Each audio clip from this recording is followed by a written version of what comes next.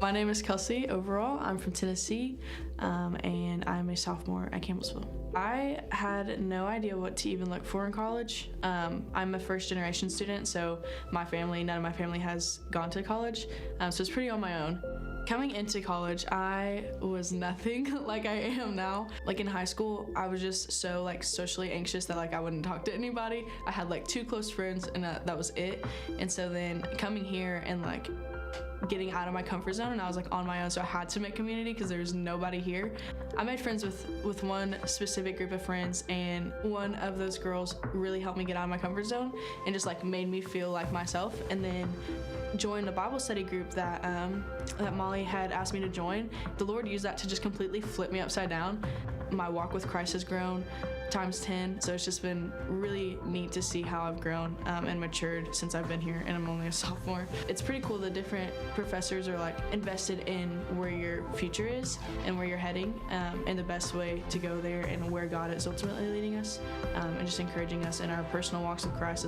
Campbellsville is just different. It's not too small to where you still meet so many different people every day, and then you can continue to grow those relationships because you're so close in proximity, as well as literally the entire world is here. I get to meet the world without actually having to travel the world, and also just had so many different opportunities to just grow here. It's a home here, it's a community, and it's not just school. For this Hometown Proud Spotlight on Taylor County, we are taking a closer look at the rich history here in Taylor County. We are here at the Taylor Regional Archive Center in Campbellsville. This is kind of your genealogy destination, your point where you begin your journey. I'm with Virginia Graves, the manager here, and this just has to be a fun job for you, right? Discovering something new really all the time about Taylor County. Every day. Thank you for coming. Thank you. This has only been around for about 5 years. We had an interesting situation here in Taylor County where we had 2 champions of history that had been collecting history of our county for 50-some years each. And they both wanted to keep their collection in Taylor County. They wanted to make it accessible to the public as opposed to having to let people into their homes to do this. And so we were able to raise the money to build this 1,800 square foot facility that houses everything that we can about Taylor County history, and even 5 years later we are still collecting things. We are collecting genealogy, we are collecting information on churches and schools and businesses and things of this nature for the people who are interested, and people come here for all kinds of reasons. You know, we talk about genealogy being so popular too, but you probably have just a lot of businesses, and with the university down the road too. I bet a lot of people just come here to not only learn about something personal, but to research bigger things, right? Absolutely. We've had people from the schools that have come here to research their sports information, from how early their sports teams started. We've had the schools come here to research information on their agricultural departments and how those got started and who the influential people of the time were.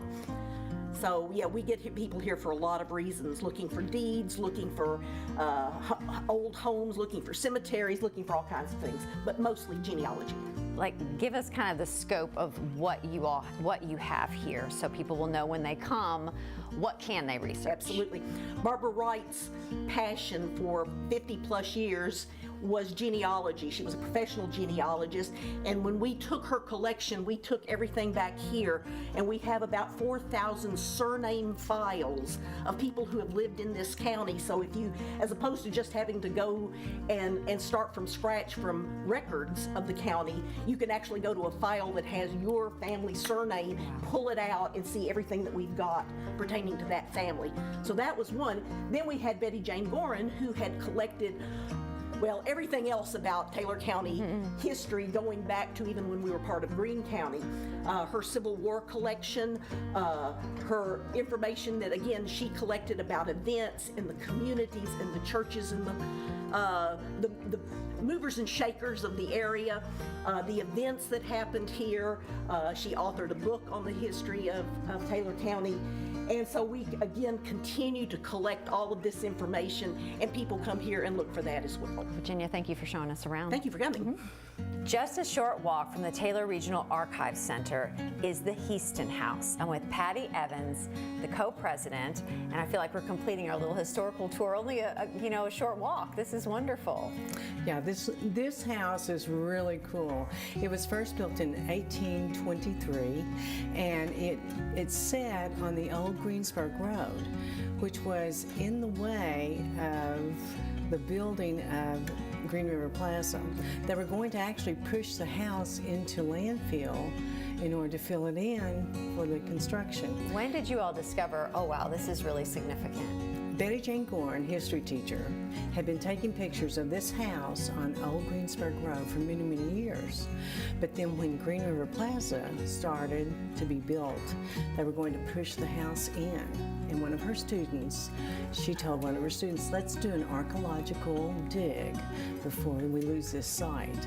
And so that son went home, talked to his dad, who Ed Abel is an attorney, and said, you cannot destroy this house. And so that put in motion the reconstruction of the house. So volunteers were made, and they dismantled the house stone by stone. And then they numbered them and put back the cornerstones and the cornices. And then this is exactly how the house was built. It's beautiful to walk through it. And for people that may not be familiar with its history, why is it so significant? And why that painstaking process to make sure that it is on the same exact area and look exactly the way that it should? Well, the majority of the German houses are around Lexington, the Bluegrass area. But this is one of 12 that's outside of the Bluegrass area. So it needed to be saved because it is very instrumental to it had 1,000 acres when it was in that house, and the Heastons were here. And it's just, all the rooms are decorated and painted in the exact colors that are German, the red, the green, and the blue. Just up the road is the Tebbs Bend Battlefield. I'm with local preservationist Betty Jane Gorin. And Betty Jane, why is that Tebbs Bend Battlefield so important for people that enjoy history if they're traveling through to stop by and visit? When I first started taking students out there to the monument, I couldn't really tell a whole lot about the battle because I couldn't find very much about it. So I decided to research it. And it's been put into a book, Morgan is Coming, because John Morgan was through Taylor County 6 times. And the Great Raid is the time that is significant there. And the reason nobody knew much about it is that it happened one day after Gettysburg and the same day as Vicksburg, July the 4th, 1863. So it's been discovered now, and it's on the Civil War Discovery Trail. And we receive many, many visitors out there. And it is open 24/7. You can just drive the trail. Betty Jane, thank you so much. To learn more about the history of Taylor County or to plan your next trip, go to campbellshillky.com. Coming up next, we're headed to the Army Corps of Engineers Nature Center on our tour of Taylor County. We'll be right back with more Great Day Live.